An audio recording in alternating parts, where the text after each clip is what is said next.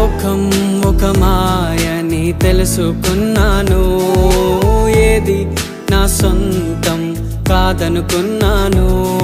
ఈ లోకం ఒక మాయని తెలుసుకున్నాను, ఏది నా సొంతం కాదనుకున్నాను. తప్పిపోయిన కుమారుని నేనైతే నా కొరకై నిరీక్షించే తండ్రి నా యేసు. తప్పిపోయిన కుమారుని నేనైతే నా కొరకై నిరీక్షించే తండ్రి నా యేసు. ఈ